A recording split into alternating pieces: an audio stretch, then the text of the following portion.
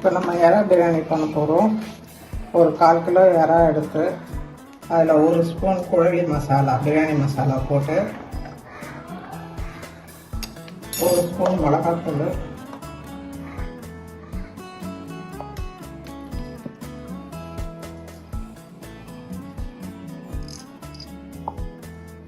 1/4 spoon garam masala, ஒரு சின்ன spoon மஞ்சள் பொடி, தயிர் 2 ஸ்பூன்,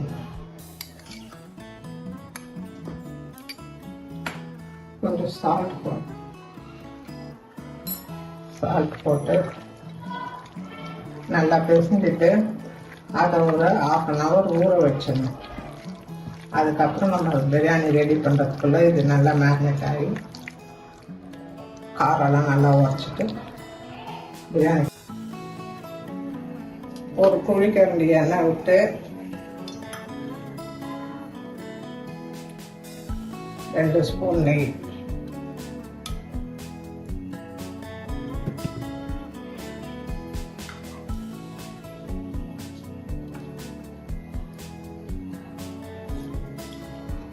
இலை, பட்டை, லவங்கம்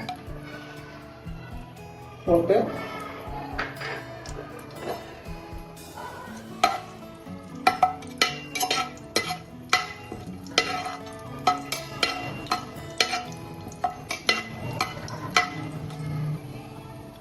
புதினா போடுறேன்.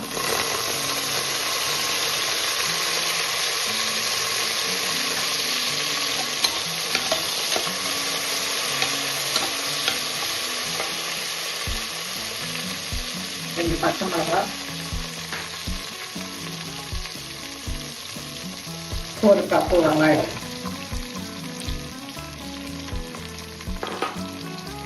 போட்டு இதை நல்லா கோல்டன் ப்ரௌன் வரையட்டும். நல்லா வதக்கணும். நல்லா வதக்கிட்டு 1 கப்பு தக்காளி,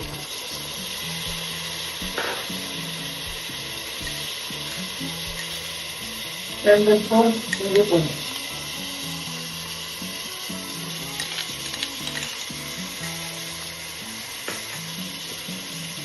போட்டு இது நல்லா வதக்கணும்.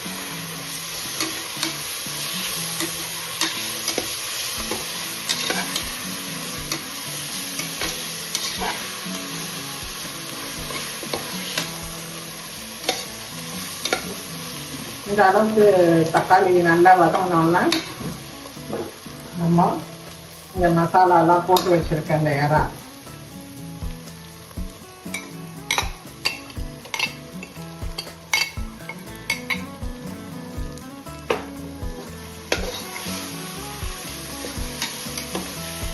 இறாவை போட்டு நல்லா வதக்கணும்.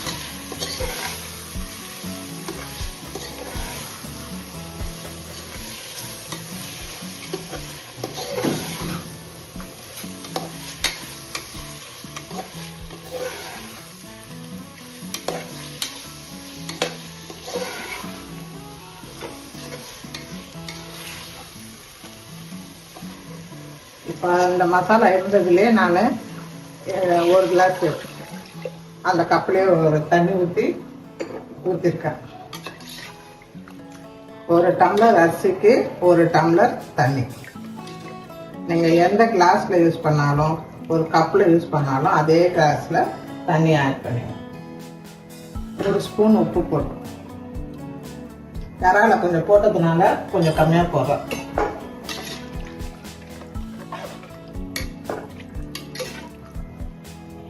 போட்டு நல்லா கலக்கிட்டு கொதி வரைக்கும் கொஞ்ச நேரம் குக்கர் லைட்டாக மூடி வைக்கிறேன்.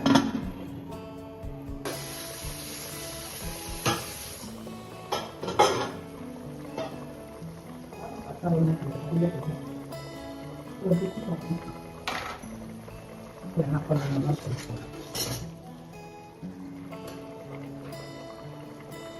1 கப் அரிசி நல்லா கொதிக்குது.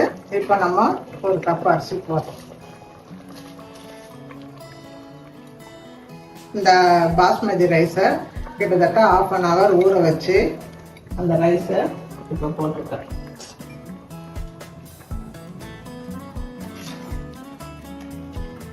போட்டுட்டு நல்லா கலரி விட்டுட்டு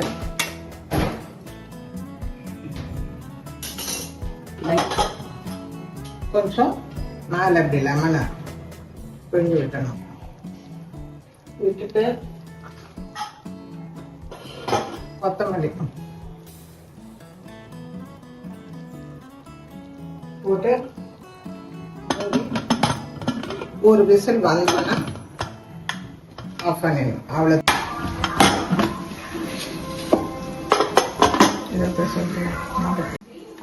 எறா பிரியாணி ரெடி ஆயிடுச்சு. இனிமேல் நம்ம சாப்பிட வேண்டியது தான்.